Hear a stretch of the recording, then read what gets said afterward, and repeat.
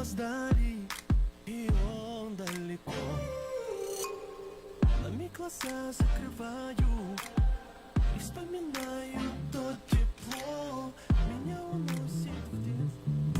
Вы слушаете Радио Лайф.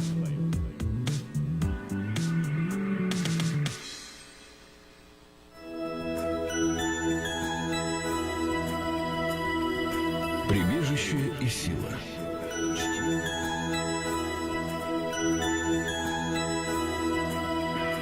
Наполни жизнь смыслом. Радио Лайф.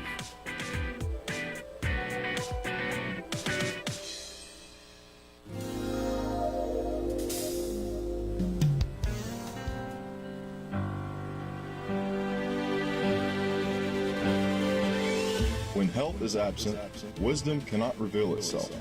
Art cannot manifest. Strength cannot fight. Wealth becomes useless. And intelligence cannot be applied. Radio Life presents The Health Way. Maximum information for making wise health and lifestyle decisions. Good evening, Atlanta. Good evening, America. Good evening, everyone who is listening to us. The Radio Life is welcoming you at the Health Wave again. It is a little after 6 o'clock, precisely 6:08, and we're here to welcome you to the continuation of the question-answer session about weight loss. Last time we discussed a lot of things. However, we didn't finish, and we decided to continue the program with answering these questions tonight. What's interesting, I have to announce our phone number before we continue. I'm in so much rush and hurry to continue answering these questions. I forgot to mention our phone number in the studio, and it is 770-727-0777, and we want your participation. Please call the studio or write to us and ask your questions, or simply tell us your weight loss story. And for tonight, I'd like to announce a contest.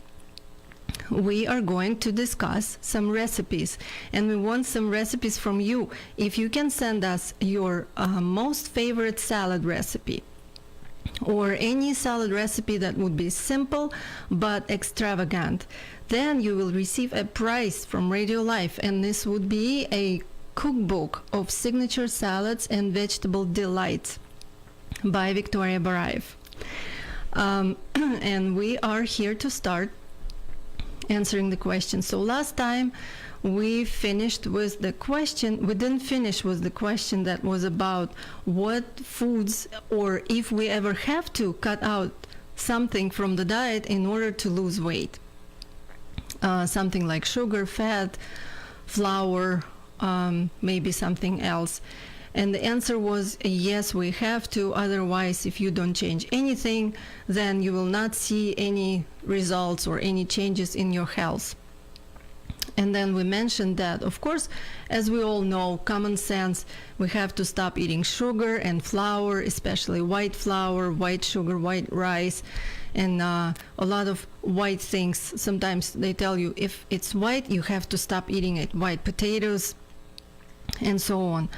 But we stopped at this, and this was probably one of the turning points that I needed to make. And the turning point is this, that while talking about this, about sugar and potatoes and white rice and carbs, all the things that we're so afraid of, we're missing a big elephant in one small room, and that elephant is fats. We're programmed to think that fats are good for us, but sugars are bad for us. Robert Lastic talks about it a lot. Sugar, sugar, sugar, but not a word about fats. And oftentimes you go to the doctor and you'll be prescribed to eat meat and salads and avoid rice and potatoes and things like that.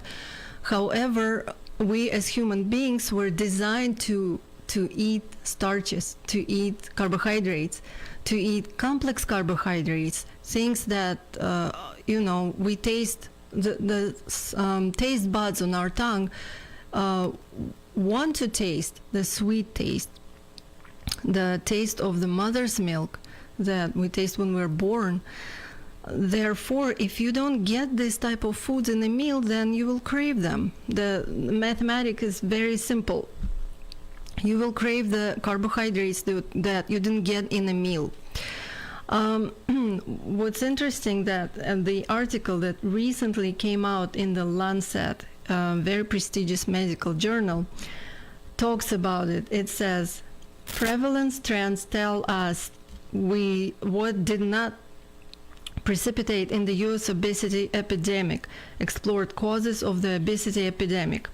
It said, genetic predisposition, material obesity, excessive material weight gain, diabetes, tobacco use during pregnancy, and prenatal exposure to obesogens or endocrine disruptors have all been implicated. It went on to say that none of these are likely to be causes of our current issues, then continued. One candidate in the change to U.S. Farm Bill in the 1970s, which led to an increase in food portion sizes, accelerated marketing, availability, and affordability of energy-dense foods, and widespread introduction of cheap and potent sweetening agents, sugar again, such as high fructose corn syrup, which infiltrated the food system and affected the whole population simultaneously.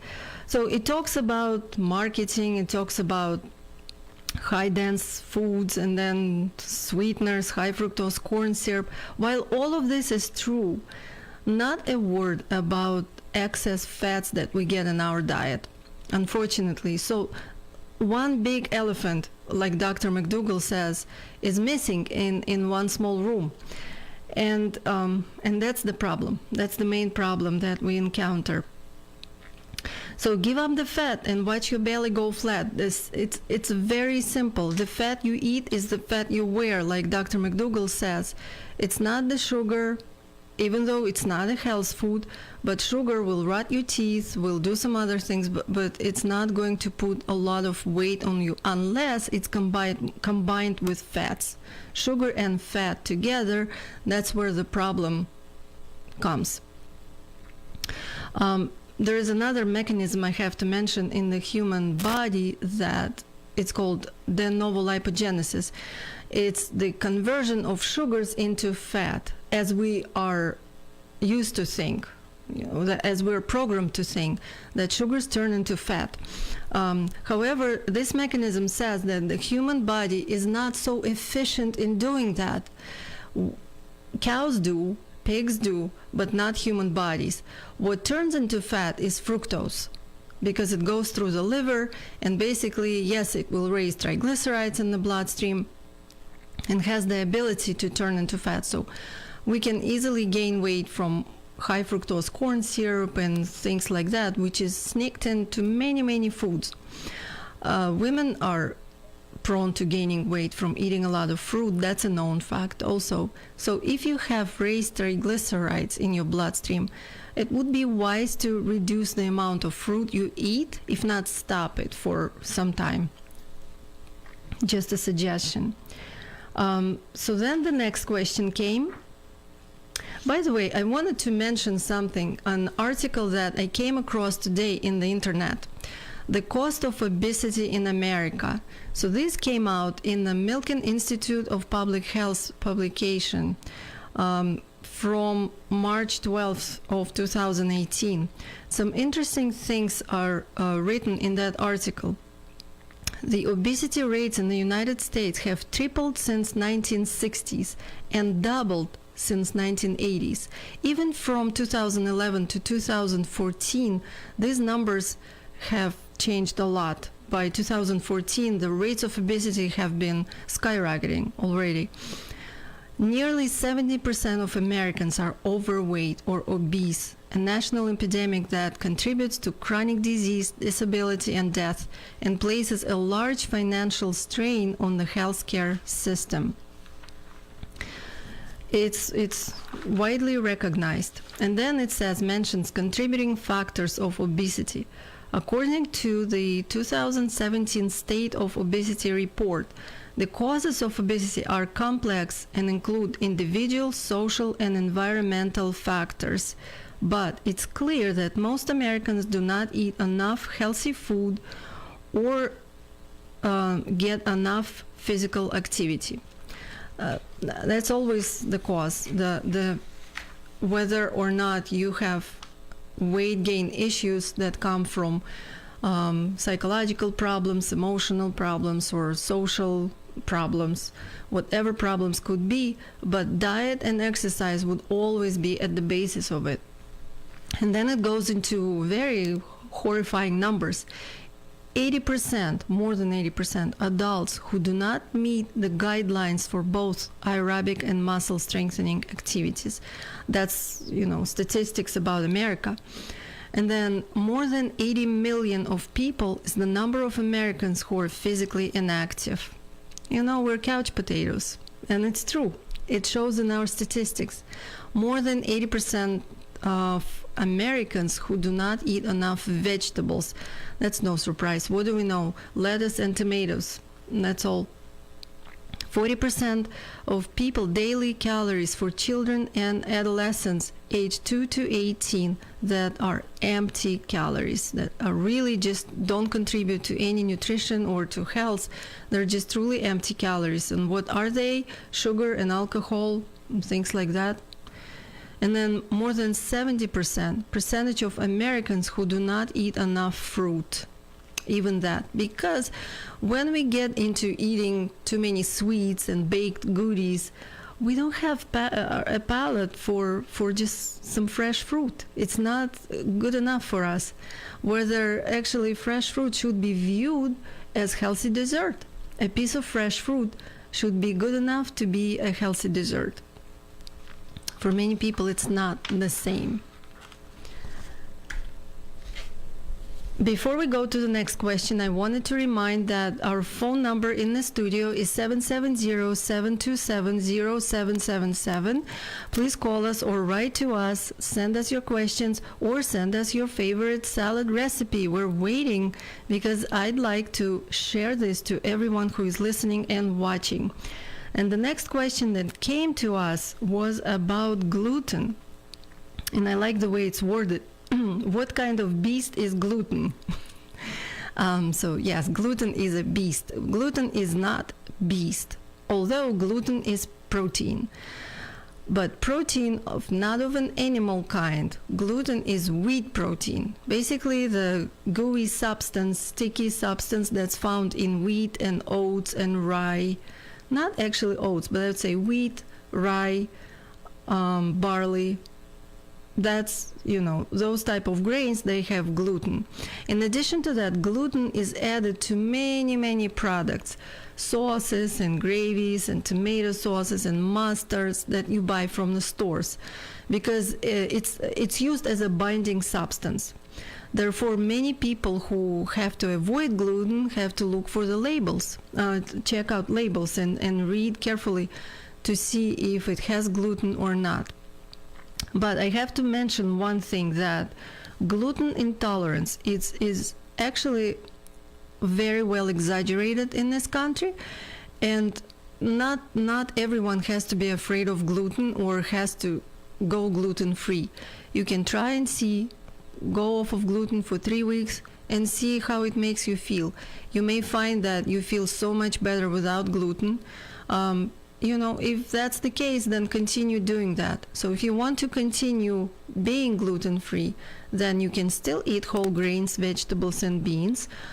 You just have to choose non-gluten grains, and that would be buckwheat, quinoa, rice. Any type of rice has no gluten in it.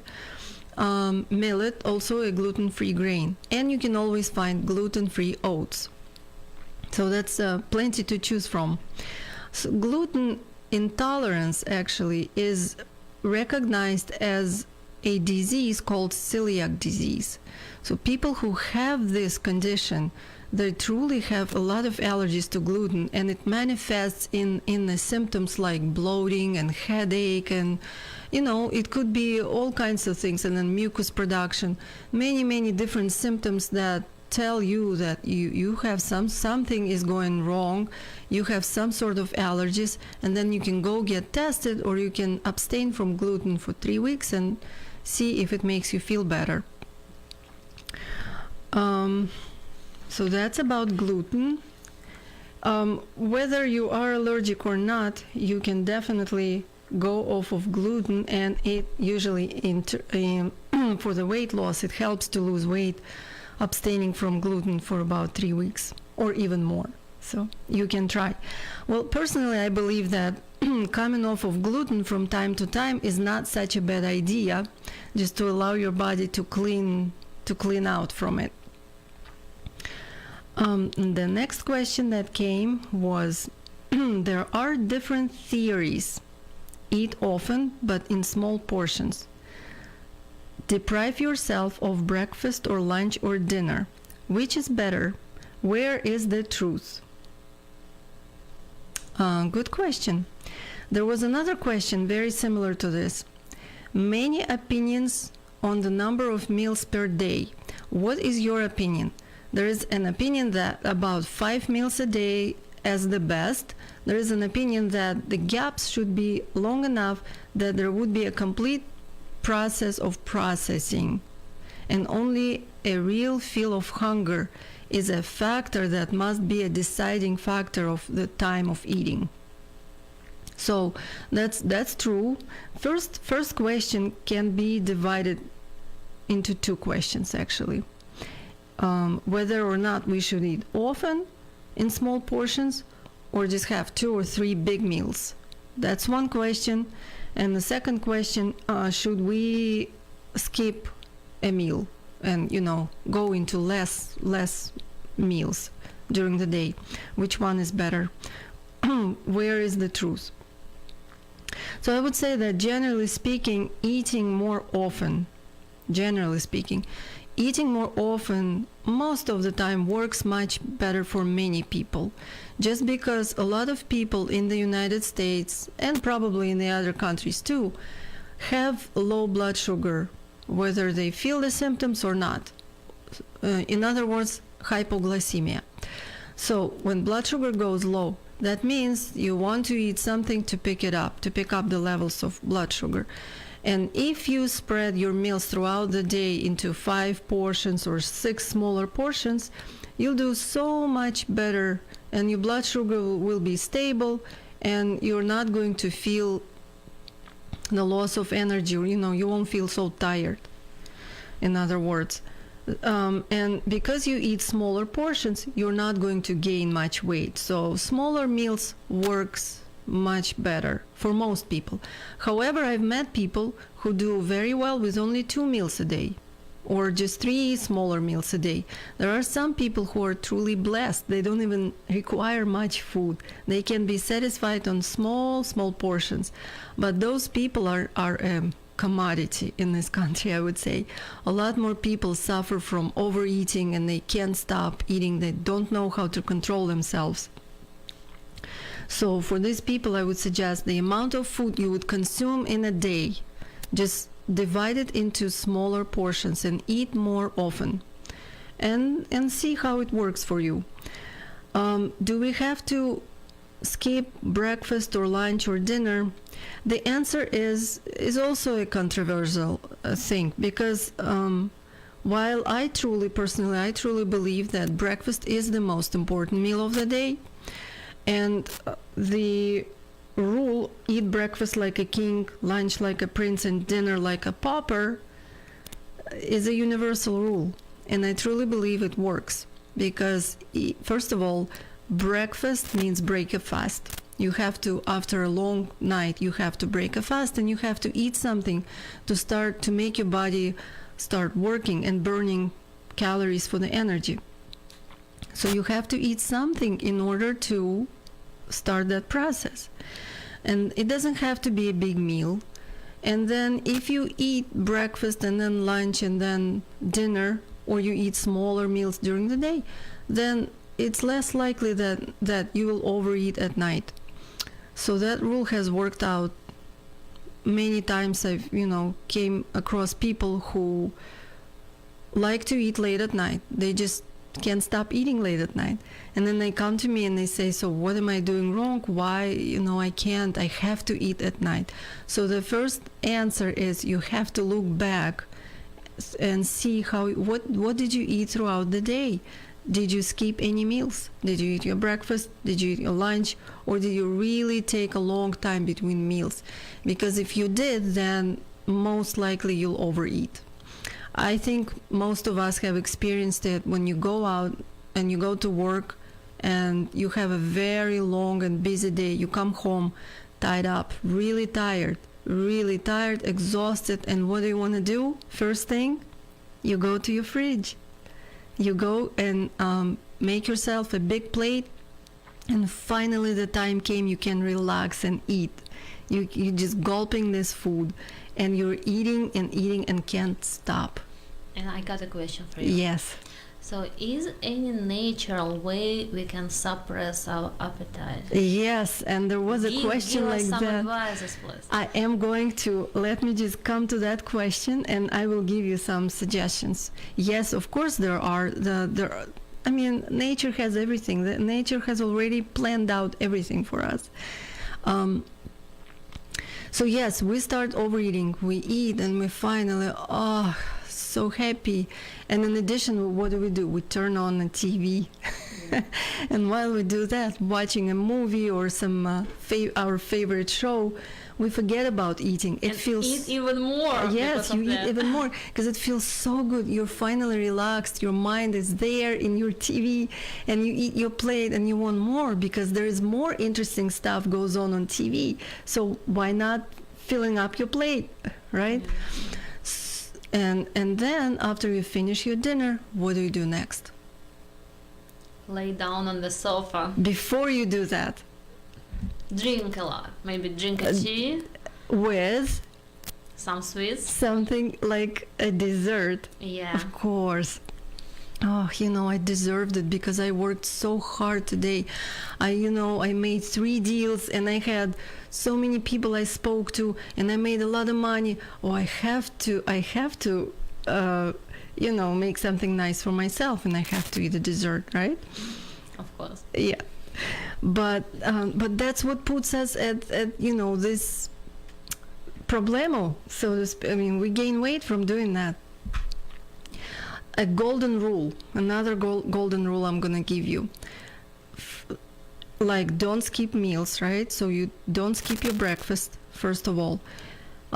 Wait 20 minutes before you are filling up your plate again. So before you take your seconds, you gotta wait 20 minutes because it takes for our brain 20 minutes to register that you're full.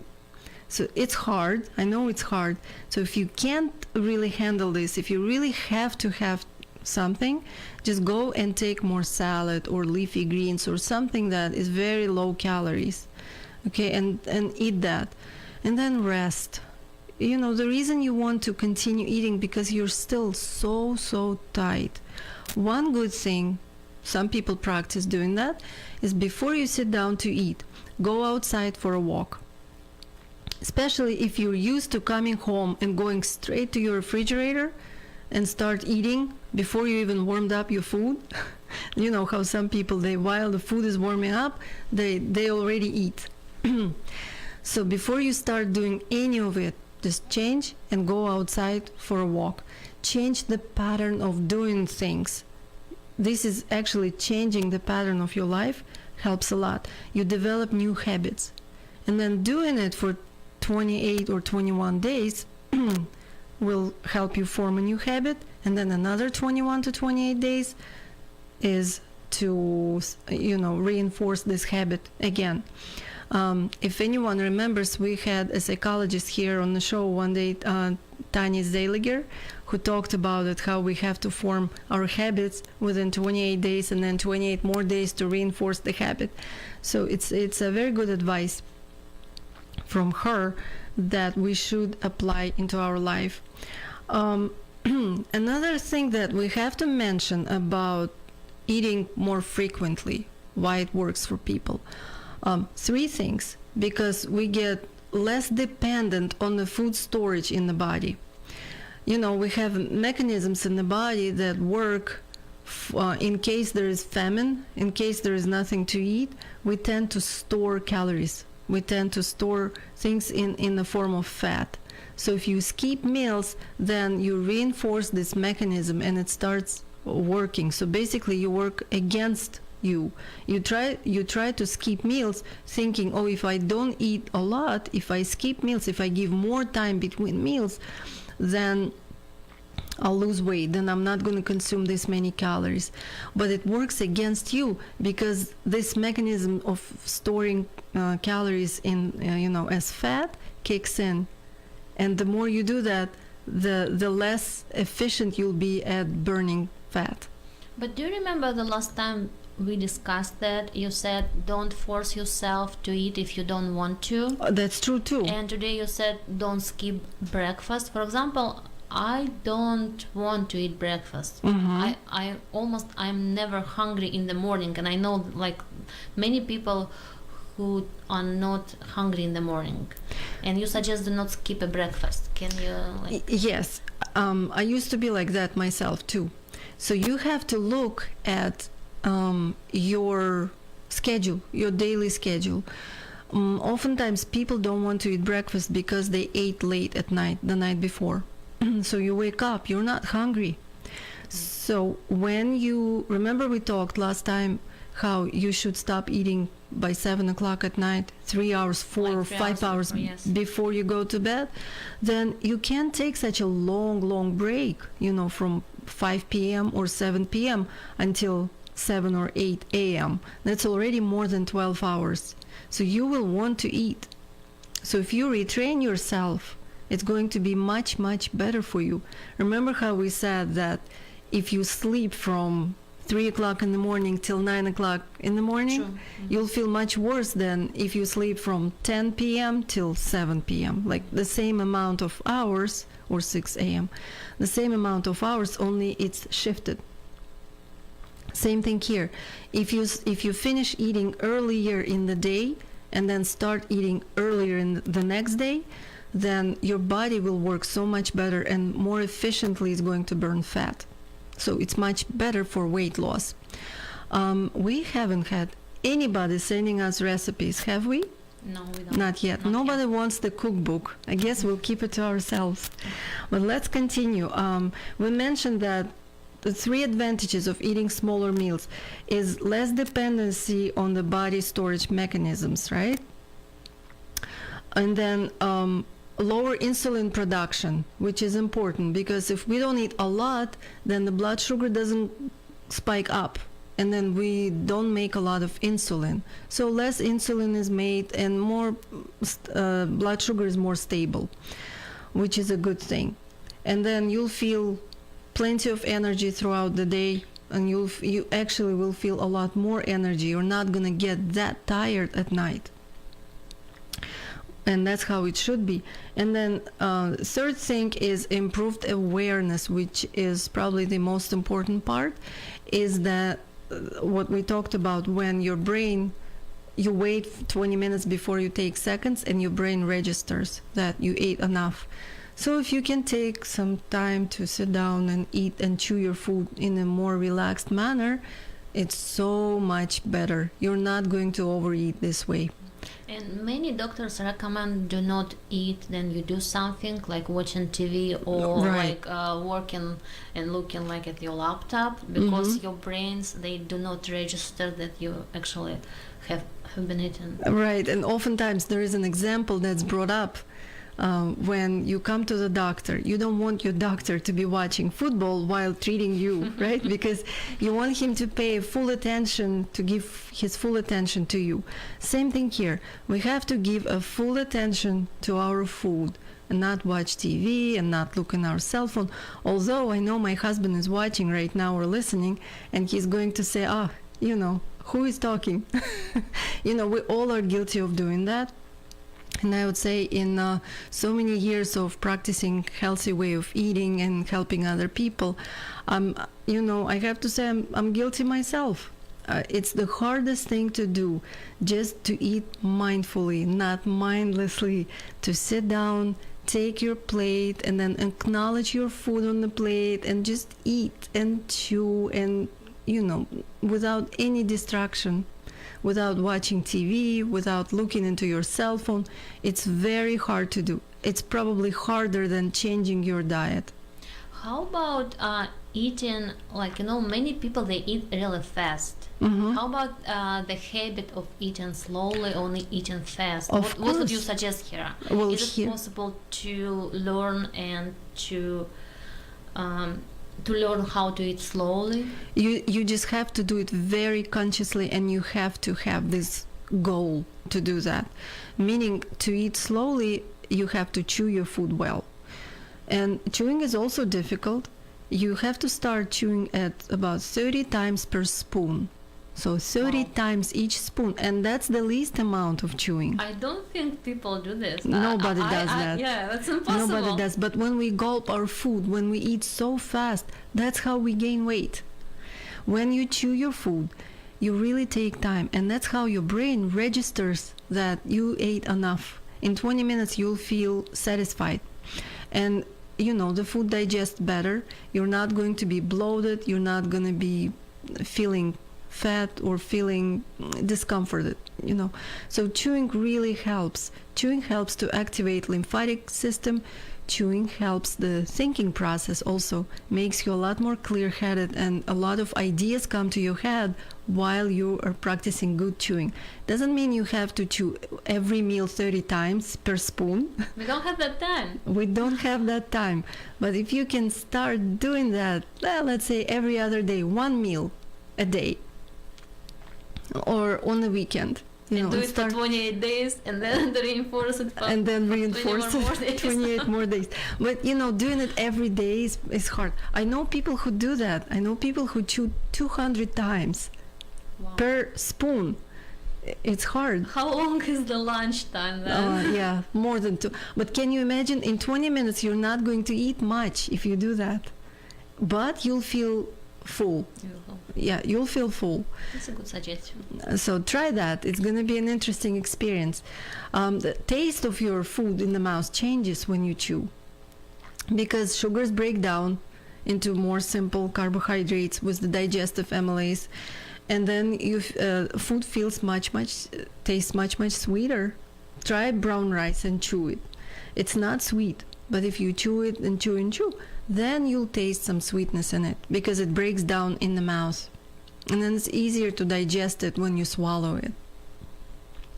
Yeah, those things are, the foundation of good eating habits. And unfortunately, we don't practice them because we live our busy lives and we don't have time to mess with this. But it would be a good idea to start doing some of them.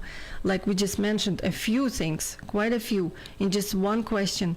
We said, do not skip breakfast, although some people skip breakfast and they do well with it. But it's not good for everyone. For most people, it's not a good idea. So eat your breakfast like a king, lunch like a prince, and dinner like a pauper. Okay, good rule. The next rule was wait 20 minutes before taking seconds, right? Because your brain takes 20 minutes to register that you ate enough. Then the next rule was chew your food really well, 30 times per spoon during the meal, right?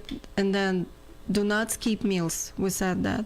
And then do not watch TV or eat standing up or look into your cell phone. Try to leave your cell phone somewhere else. And then sit down for your meal and acknowledge your plate and say a grace, a blessing, and then you eat your food. And you will establish a connection with your food. And it's going to work so much better for your health. I also have a couple of questions about water, once you allow me to ask them. Yes. Okay, because it's related.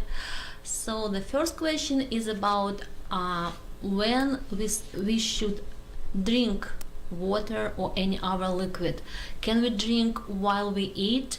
Or some people say you should wait for 40 minutes and drink after 40 minutes after a meal. What do you know about this? What would you suggest? That's a good question. About water, I do not drink during the meal. I was taught it's not a good idea, and I never suggest it to anyone. Unless you really feel like you need water with your food, then you can go ahead. But to develop a habit of drinking during the meal, it's not a good thing because you double the amount of the food that you ate, and you dilute the nutrition in that food. It's not a good thing to do.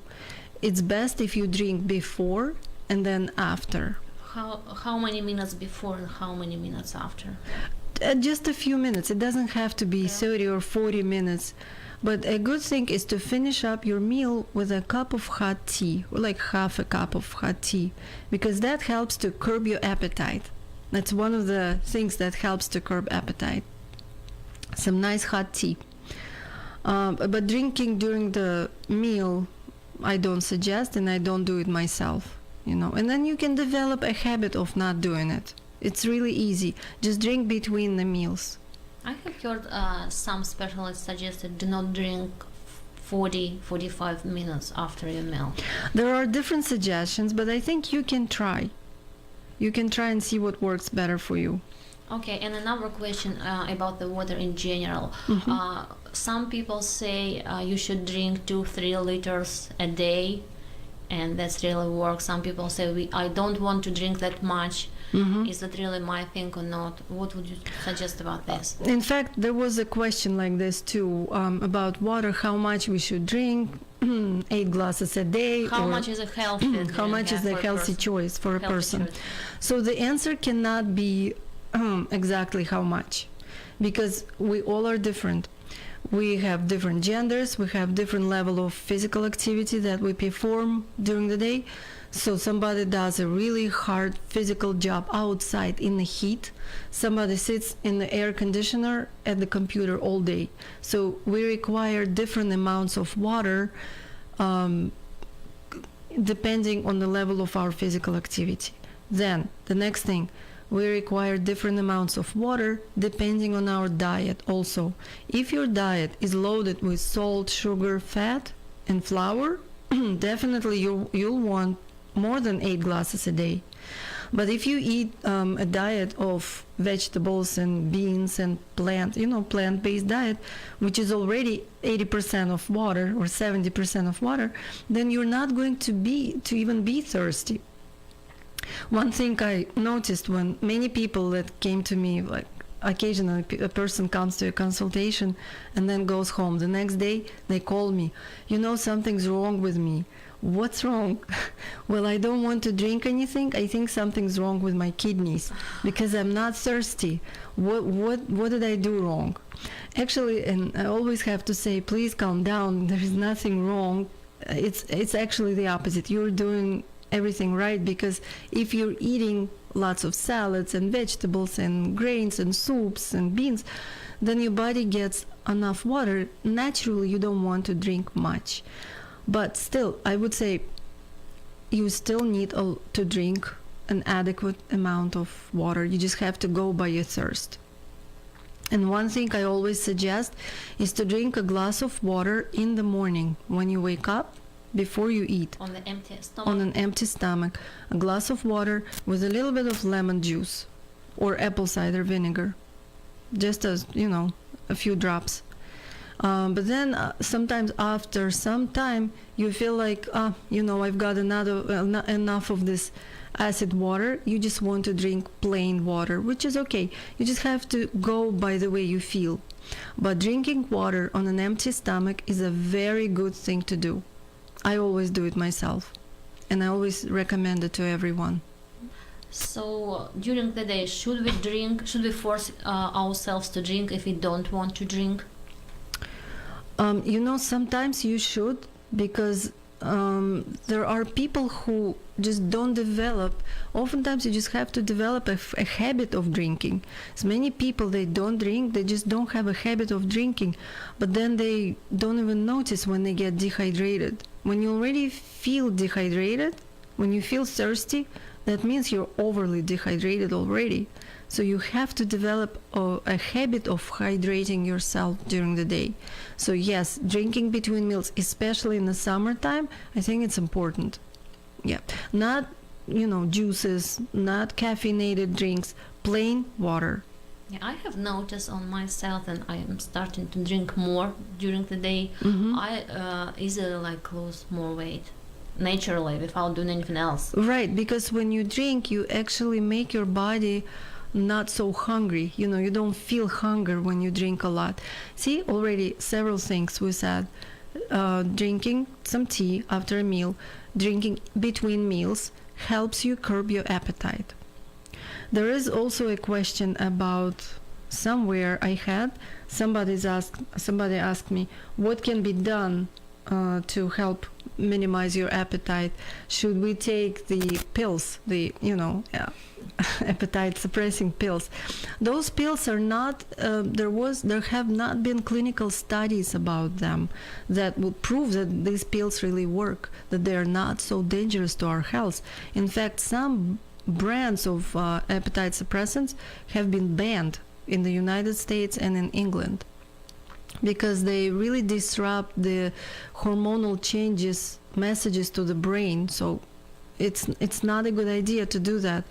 So the best appetite suppressant would be minimizing salt, sugar, and fat, because those things, when you eat them, when you add them to your diet, they make you more hungry. They increase your appetite. The saltier the food is, the more you want to eat it. The fatter the food is, the more you want to eat it. Things like fish and fruit, you can never eat enough of them. If you eat them today, you'll want them tomorrow. Things like fruits are sweet, fish is fatty usually. You add some salt to it. You can never get enough appetite for that. So if you stop using a lot of salt, you'll notice that your appetite will curb. Interesting. Yeah, and the best appetite suppressant, actually the best medicine, I wouldn't say suppressant, but the best medicine would be 2 to 5 pounds of plant-based foods and a pair of walking shoes, and you'll be happy. You'll be able to lose weight and keep it off. How about coffee? I know coffee suppresses appetite. Should we drink coffee? that's a good way to put it like that. But what coffee, do you think about coffee in general? Coffee in general, I don't think it's such a great idea. It's also a very controversial thing. But coffee, first of all, it's addictive. And I'll always begin with it. First of all, coffee is addictive. Why do you need to develop addictions? Why do you need to have your body dependent on some substance to pick up your energy? And then second, caffeine stresses your adrenal glands. Caffeine raises blood pressure. Caffeine raises blood sugar. Not a great idea because it puts your body in a stress mode. And more than anything, coffee is very acidic. So for women, it's not good because it makes them leach calcium from the bones in order to neutralize this acidity, contributes to osteoporosis. So I don't recommend coffee, for anything. Yeah, some people use coffee enema or coffee for different reasons. So I would say coffee, if you're not addicted, if you don't have any contraindications, you can enjoy coffee once a week maybe, but something as an indulgence. But not every morning. Not every morning, I wouldn't do that. Occasionally, if your health allows you, occasionally you can do that. So, but caffeine also destroys your blood vessels. Not a good thing to do. And the next question was about how really to keep your weight off after you lose it. Now, that's a good question. The main question. And several people asked that question. And I would have to say that, how some people come to you and they say, well, you ask them, so have you ever lost weight? Have you ever had success losing weight? Oh, yes, I did. And how'd you do that? Well, I started doing cardio and I stopped eating carbs. Oh, great. So you lost weight? Yes. And what happened next? Well, I hate cardio and I love carbs. So I stopped going to the gym and I started eating my pasta and sweets, gained all the weight back. So it's not really the diet that stops working for you. It's we who stop following the rules, who can't really continue with the program. And that's how we fall off the wagon. We have to remember that in order to see results, in order to achieve some goal, you have to get uncomfortable. Without it, you can't really manage achieving something. Anything you want to achieve in life, you have to get a little uncomfortable first. Same thing here. You have to see your goal and you have to get uncomfortable. And then you have to get motivated. And then how do you do that? First of all, you can't set a goal. You know how people decide when they want to lose weight, they say, okay, I'm going to stop eating. And then they just stop eating, they go eat cabbage all day, or just grapes all day, or just drinking water, going to the fast. And then it doesn't last because it doesn't sustain people. It doesn't sustain our health. It doesn't sustain our needs. So we do need to eat, but we have to set a more manageable goals, right? So number one thing to do would be to set goals that you can achieve. You can't eat, like, you know that you have to lose a lot of weight. You know you have a big goal, but how do I get there? You know that you can't eat a big cake at once. You have to eat it in bites, smaller bites. So spread out your goals into several smaller goals, and it will be much easier to achieve, but you have to be persistent. Well, for example, someone says, I'm going to stop eating carbs. That's it, I'm done with carbs. And then you start craving carbs because our body is designed to digest carbohydrates. That's what we need, glucose. That's what we need to burn for the energy, to feed our brain, to feed our muscles, to have the energy. And of course, you're going to not follow through with your goal because it's not manageable. Instead, try to look at this problem differently. Try to divide all of the carbohydrates into more healthier and less healthy, right? So there are simple carbs like sugars and white flour that need to be cut out. But then there are some very good carbohydrates like brown rice and pumpkins and squashes and vegetables and those type of things. And other grains that are very good for our health, and they're not going to make you gain weight. So be more realistic, I would say, about your goals. So that's one thing. The next thing is spend time planning. Planning is probably the key to your success. And I remember myself when I started eating this way, or many people that have come to me for help, I always teach planning. You have to plan your meals. There's planning about what you have to eat, what type of foods, what type of diet. So you have to have it clear to you. And then there is food logistics of how you get this food to your table.